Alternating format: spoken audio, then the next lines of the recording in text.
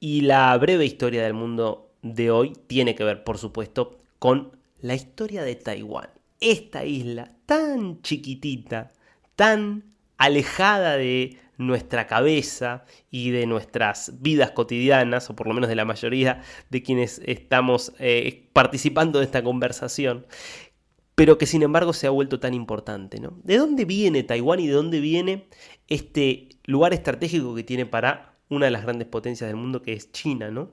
Bueno, si nosotros nos remontáramos, por ejemplo, al origen de la unidad entre China como país y Taiwán, habría que ir a la dinastía Qing. Estoy hablando del siglo XVII.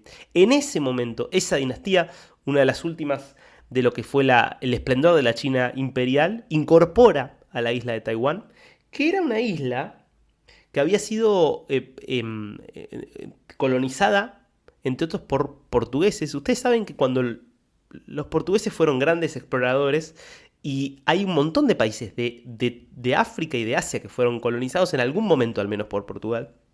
Y ustedes saben cómo le pone, cómo bautiza los colonizadores portugueses a Taiwán. Le ponen Formosa.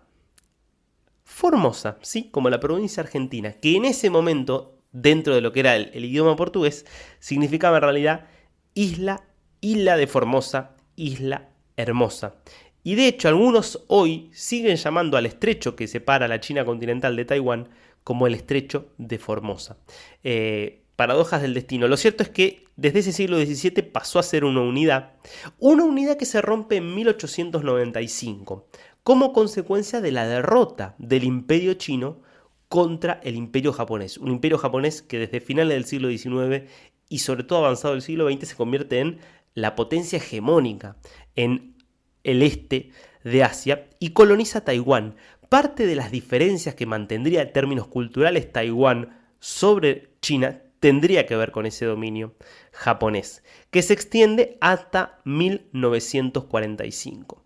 En 1945, Japón obviamente pierde la Segunda Guerra Mundial, aliado a los nazis, aliado a la Alemania del Tercer Reich como parte del eje, y entonces pasa Taiwán a ser la República China. Una República China que tenía en ese momento un líder, Chiang Kai-shek, que era el líder de un partido político que era el Partido Nacionalista Chino, conocido como Kuomintang.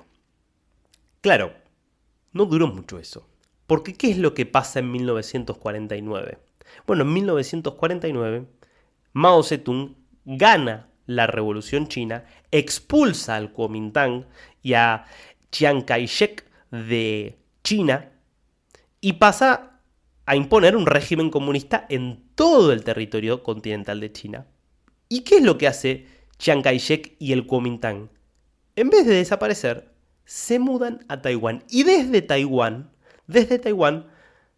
se siguen manteniendo como los representantes de la República de China.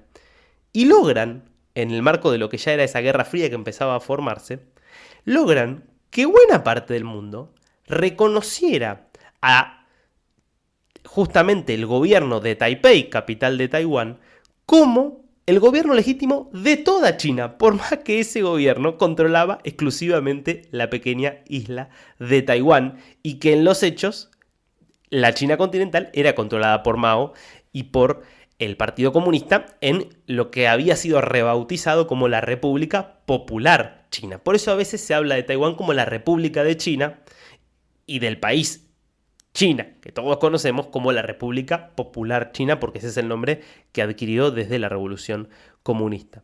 Lo cierto es que Taiwán, que durante casi 4 décadas tuvo un régimen autoritario, liderado principalmente por Chiang Kai-shek, que fue el gran caudillo, hizo algo que después seguiría en muchos países del este de Asia, incluida la propia China, que es abrirse al mundo, modernizarse.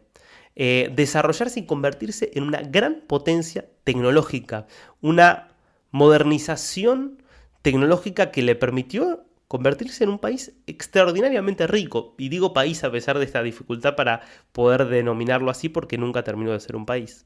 Lo cierto es que en los 70, como hablábamos más temprano con Pablo Brum, empieza a haber un retroceso en el reconocimiento internacional para Taiwán y para su gobierno, sobre todo a partir de la decisión de Estados Unidos de establecer relaciones diplomáticas con Beijing para debilitar a la Unión Soviética, y se da este statu quo que se mantuvo hasta ahora, en el cual Taiwán permanece como una isla autónoma, como un país prácticamente en los hechos, aún sin ser reconocido independiente, extraordinariamente abierto en términos económicos, extraordinariamente rico y desarrollado, y que, fíjense qué interesante, porque hasta el año 87 Taiwán tenía un régimen autoritario que funcionaba incluso hasta con una ley marcial que regía prácticamente toda la política, y que en ese sentido no era tan fácil de diferenciar del régimen chino. Sin embargo, desde fines de los 80 comienza un proceso de democratización que se termina de consolidar en el año 2000,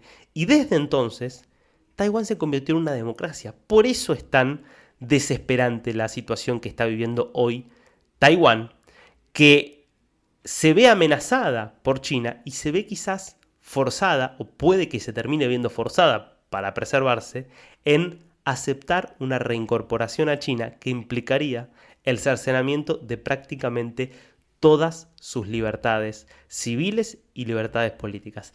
Tiene un espejo en el cual mirarse en este punto Taiwán. Tiene un espejo en el cual mirarse, que es Hong Kong. Hong Kong era hasta 1997 una colonia británica. Esa colonia británica funcionaba en los hechos casi como una democracia, con una división de poderes, con una prensa independiente, pero en el marco del acuerdo de descolonización alcanzado entre China y el Reino Unido cede la soberanía sobre Hong Kong vuelve a ser parte de China y durante 20 años, un poco menos de 20 años, pero durante casi 20 años, Hong Kong vivió con el sistema de un país, dos sistemas. Ese era el lema para referirse a que había un solo país. Hong Kong era parte de China, pero tenía un sistema político diferente del chino. Bueno, eso se terminó con la llegada de Xi Jinping al poder en el año 2012. Porque lo que ocurrió desde entonces es que empezó a cercenar la libertad de Hong Kong, a eliminar todas las estructuras y toda la institucionalidad que tenía de liberal y heredada justamente del sistema del common law británico, a perseguir a todos los opositores políticos y a convertir en los hechos hoy a Hong Kong en esencialmente el mismo régimen político que tiene el resto de China. Muchos creen que eso es lo que le espera a todo Taiwán en caso de que termine viéndose obligada a algún tipo de reincorporación, algo que quizás no tenga remedio o forma de evitar si China o amenaza con una invasión o amenaza con un bloqueo total que paralice su economía. Esta es la historia de Taiwán, esta es la historia de China. Así cerramos la breve historia del mundo que nos deja pensando, como siempre, en cómo estamos yendo hacia un choque de civilizaciones donde todas las civilizaciones fuertes, en este caso la China, están yendo hacia una reafirmación de su propio poder y su propio lugar en el mundo. Mientras tanto, en Occidente seguimos disparándonos en el pie y seguimos castigándonos por los pecados del pasado sin darnos cuenta de que tenemos que defender lo que tenemos, porque realmente es muy valioso poder vivir en democracia, poder vivir en libertad, porque vamos hacia un mundo donde eso va a ser cada vez más excepcional.